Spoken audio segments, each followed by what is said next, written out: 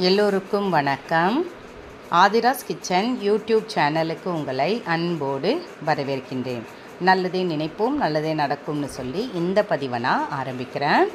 இன்றைக்கான ஆன்மீக தலைப்பு என்னன்னு பார்த்தீங்கன்னா, சமையலறையில் உப்பை தப்பித்தவரையும் மறந்தும் கூட இந்த இடத்தில் வைக்காதீர்கள், மகாலட்சுமியை அவமதிக்கும் செயலாகும் அப்படின்னு தலைப்பு போட்டிருக்க இல்லைங்களா.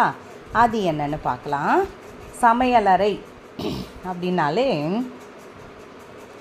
அரிசி, பருப்பு, உப்பு இதெல்லாம் புழங்கிறதுக்கு, சமையலுக்கு நம்ம வச்சு எடுக்கிற இடம். சமையலுக்கான வேலையை செய்கிறதுக்காக அந்த இடத்துல நம்ம வைப்போம். இப்போ சில பேர் தனியாக ஸ்டோர் பண்ணியும் வைப்பாங்க. ஒரு ரூம் எடுத்து ஒரு ரூம் சைடில் ஒரு ரூம் போட்டு குட்டியாக அதில் எல்லாமே ஸ்டோர் பண்ணி வைப்பாங்க. அதில் எல்லாருக்கும் அவங்களுக்கு தெரியும் எதை எங்கெங்கே வைக்கணும்னு. இன்னொரு விஷயம் என்னென்னா, என்கிட்ட ஒருத்தவங்க கேட்டிருந்தாங்க கமெண்ட்ஸில், என்னென்னா உப்பு தீபம் வீட்டில் ஏற்றலாமா அப்படின்னு கேட்டிருந்தாங்க. தாராளமாக ஏற்றலாம். உங்களுக்கு அது ராசியாக இருக்குது என்ற பட்சத்தில் தாராளமாக உப்பு தீபம் ஏற்றலாம். உப்பு தீபம் என்பது உப்பு ஜாடியின் மேல் ஏற்றி வந்த ஒரு வழிமுறை தான். நம்மளுடைய தமிழர்கள் பண்பாட்டில் நம்மளுக்கு எப்படியுமே தீபம் வருது இல்லைங்களா. கார்த்திகை மாதம்னாலே கார்த்திகை மாதம் ஃபுல்லும் விளக்கேற்றி வைப்பாங்க. வீடு ஃபுல்லும் விளக்கேற்றவங்களும் இருக்கிறாங்க. ஏன்னா விளக்கேற்றின வீடு விளங்கும் அப்படின்றதுனால, வீணாகாது அப்படின்றதுனால தினந்தோறும் விளக்கேற்றுறவங்க வீடு இருக்கிறாங்க. அதே மாதிரி இந்த கார்த்திகை மாதத்தில் உப்பு ஜாடி மேலே, புளி ஜாடி மேலெல்லாம் உப்பு விளக்கேற்றி வைக்கிறது. ஏன்னா அதெல்லாம் பஞ்சமில்லாமல் இருக்கணும். இன்னொரு விஷயம் என்னென்னா, நம்ம வீட்டில் அரிசி நிறைய இருந்தாலும் அன்னபூர்ணி தாயை நம்ம மதிக்கணும். எப்பவுமே அரிசியை உலையில் உலைக்கு எடுக்கும் போது அந்த அரிசி அன்னபூர்ணி தாயே நம்ம கையில் எடுத்துகிட்டு வர மாதிரி நினச்சி எடுத்துகிட்டு வரணும். அன்னபூர்ணி தாயே, இந்த சாப்பாடு நல்லபடியாக எங்கள் வீட்டில் சாப்பிட்டு நல்லபடியாக அன்னைய தினம் நல்லபடியாக முடியணும்னு மனசில் நம்ம நினச்சோம்னா அது நடக்கணும்.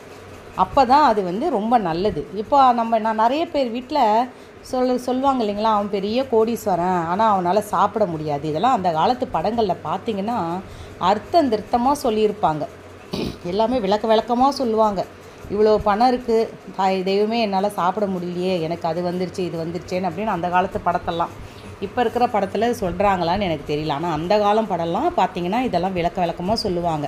சமையலரில் சமைக்கிறத காமிப்பாங்க, சமையலரில் இப்படி வைக்கணுன்னுவாங்க. அந்த மாதிரிலாம் நிறைய விஷயங்களும் சொல்லி கொடுத்துட்டு இருந்தாங்க. நம்மளுடைய பெரியவங்களும் அதே மாதிரி நம்மளுக்கு அதை பாவித்து சொல்லிக்கிட்டு இருந்தாங்க. வாசக்கதவை ஆட்டாதன்னுவாங்க. ஏன் ஆட்டக்கூடாதான்னு நம்ம ஏடிச்சு கேட்டோம்னா நம்ம பதிலே கேட்கக்கூடாது. ஆட்டாதன்னா ஆட்டக்கூடாது தான். அந்த மாதிரி தான் நம்மலாம் வாழ்ந்துக்கிட்டு இருந்தோம். இப்போ உப்பு, கல்லுப்பு இது நம்ம எப்பவுமே குறைவில்லாமல் பார்த்துக்கணும். தீர்ந்து போன பிற்பாடு போய் உப்பு வாங்கக்கூடாது எப்பவுமே. உப்பு என்பது ரொம்ப மலிவான ஒரு பொருள். நல்ல உப்புவே 20 ரூபா பாக்கெட்டு தான் அது. நல்ல உப்பாக வாங்கணுன்னா கூட 20 ரூபா கல்லுப்புக்கு அருமையான உப்பு கிடைக்கிது. அதை நம்ம கல்லுப்பு எப்பவுமே நீங்கள் வாங்கி வச்சுக்கோங்க. இப்போ நீங்கள் ஜாடியில் போடுறீங்க, ஒரு பெரிய ஜாடி. ஒரு சிலர் என்கிட்ட கேட்டிருக்கீங்க கமெண்ட்ஸில், என்கிட்ட 5 கிலோ பிடிக்கிற அளவுக்கு ஜாடி வச்சுருக்கம்மா, அந்த கல்லுப்பில் நான் நிரம்ப உப்பு கொட்டி தான் வைக்கிறேன், நல்லா இருக்குது, என் குடும்பம் நல்லா செழுமையாக இருக்குமா அப்படின்னு எனக்கு கமெண்ட்ஸில் நல்லா சொல்கிறவங்களும் உண்டு. செழுமையாக இருக்குது, என் குடும்பம் நல்ல மேல்நிலைக்கு சென்று கொண்டிருக்கிறது. இதை நம்ம மனசார பெண்கள் நினச்சாலே கண்டிப்பாக நம்ம நல்லா இருப்போம். நம்ம குடும்பம் மேன்மை அடையும். ஒரு டக்குன்னு ஒரு திருமணம் நடக்கும், பிள்ளைங்களுக்கு படிச்சுட்டு இருக்கும் போதே வேலை கிடைக்கும். அந்த மாதிரி விஷயங்கள்லாம் பெண்கள் தூய்மையாக இருக்கும்போது, பெண்கள் மட்டும் கிடையாது, வீட்டில் இருக்கிற கணவன்மார்களுக்கும் தான் சொல்கிறேன். 2 பேரும் தான் அதில். ஆணும் பெண்ணும் இணைந்த சிவனும் சக்தியும் தான் ஒன்று. சிவன் இல்லையேல் சக்தி இல்லை, சக்தி இல்லையேல் சிவன் இல்லை. சரிங்களா? இப்போது கல்லுப்பை நம்ம வாங்கிட்டு வந்துடுறோம். இப்போ சுக்கிரன் ஓரையில் போய் நீங்கள் ஒரே ஒரு நாள் எனக்காக வாங்கி பாருங்கள். வெள்ளிக்கிழமை காலையில் வர சுக்கிரன் ஓரை 6 to 7, இல்லைனா மதியம் 1 to 2 ஏதோ சம்திங் போட்டிருப்பாங்க, நீங்கள் பாருங்கள். இல்லை நான் இரவு 8 to 9 அந்த நேரத்தெல்லாம் கூட வாங்கலாம், தாராளமாக வாங்கலாம். கல்லுப்பு தவறு கிடையாது. இதை நம்ம ஒரு எப்பவுமே நம்ம தலைக்கு மேலே நம்ம நிற்கிறோம்னு வச்சுக்கோங்களேன். நம்ம தலைக்கு மேலே ஒரு செல்ஃப் இருக்குது, அந்த செல்ஃபில் கொண்டு போய் உப்பை வைக்கக்கூடாது. அரிசியும் அப்படி தான். அரிசியும் தலைக்கு மேலே, நம்ம தலைக்கு மேலே அதை வைக்கக்கூடாது. நம்ம தலை வணங்கி, கீழே தலை வணங்கி அந்த உப்பை நம்ம வணங்கி எடுக்கிற மாதிரி எந்த இடத்துல வைக்க முடியுமோ. இப்போ நீங்கள் கேட்கலாம், எனக்கு அந்த இடத்துல இடம் இருக்குமா, மேல் செல்ஃபில் இடம் இருந்தது, அந்த இடத்துல என்னால் உப்பு வைக்க முடியுதுமா, நான் வேறு என்ன பண்ண முடியும் அப்படின்னு கேட்பீங்க. அப்போ பார்த்தா ஒரு சின்ன பாத்திரத்தையாவது உப்பை உங்களுடைய வலது புறம் அப்போ நீங்கள் ஒரு தடவையும் உப்பு எடுக்கும் போதும் மகாலட்சுமியே போற்றின்னு சொல்லிக்கிட்டே எடுங்க.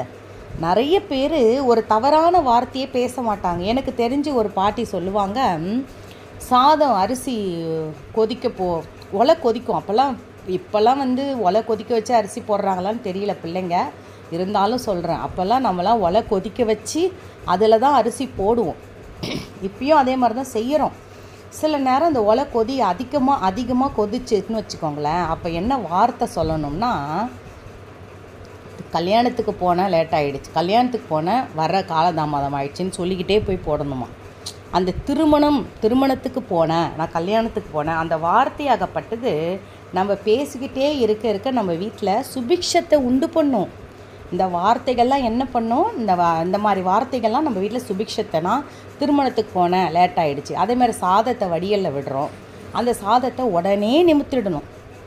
அந்த வடித்து அது எப்படி தண்ணி வடிஞ்சு கடைசி சொட்டு வர்றதை பார்க்குறோமோ பக்கத்துலேயே நிற்கணும்.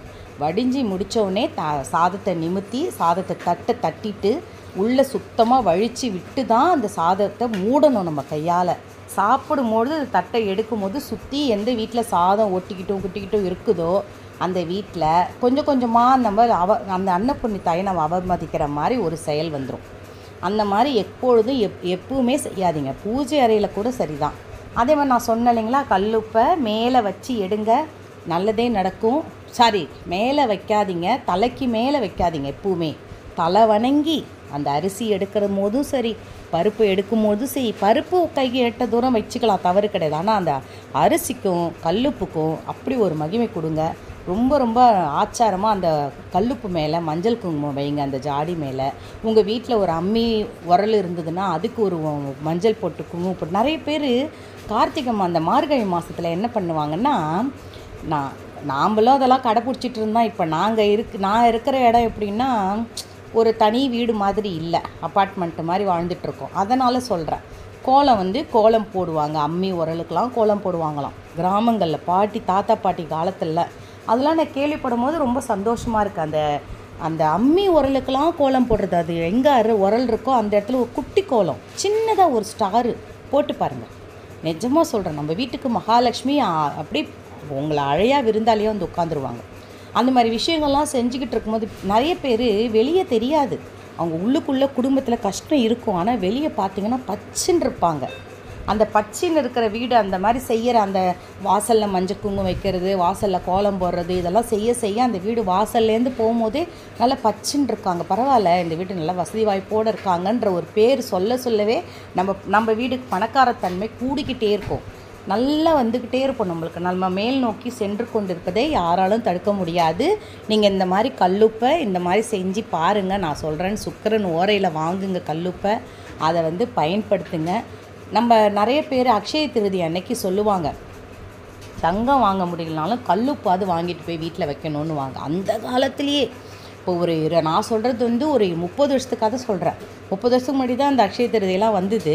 அப்போலே சொல்லிட்டாங்க, உங்களால் தங்கம் வாங்க முடியல, உடனே கல்லுப்பு 2 பாக்கெட் வாங்கி போய் வீட்டில் வைங்க பூஜை அறையில் அப்படின்னுவாங்க. நான் எந்த ஒரு நல்ல நாளாக இருந்தாலும் கல்லுப்பு வாங்குவேன்.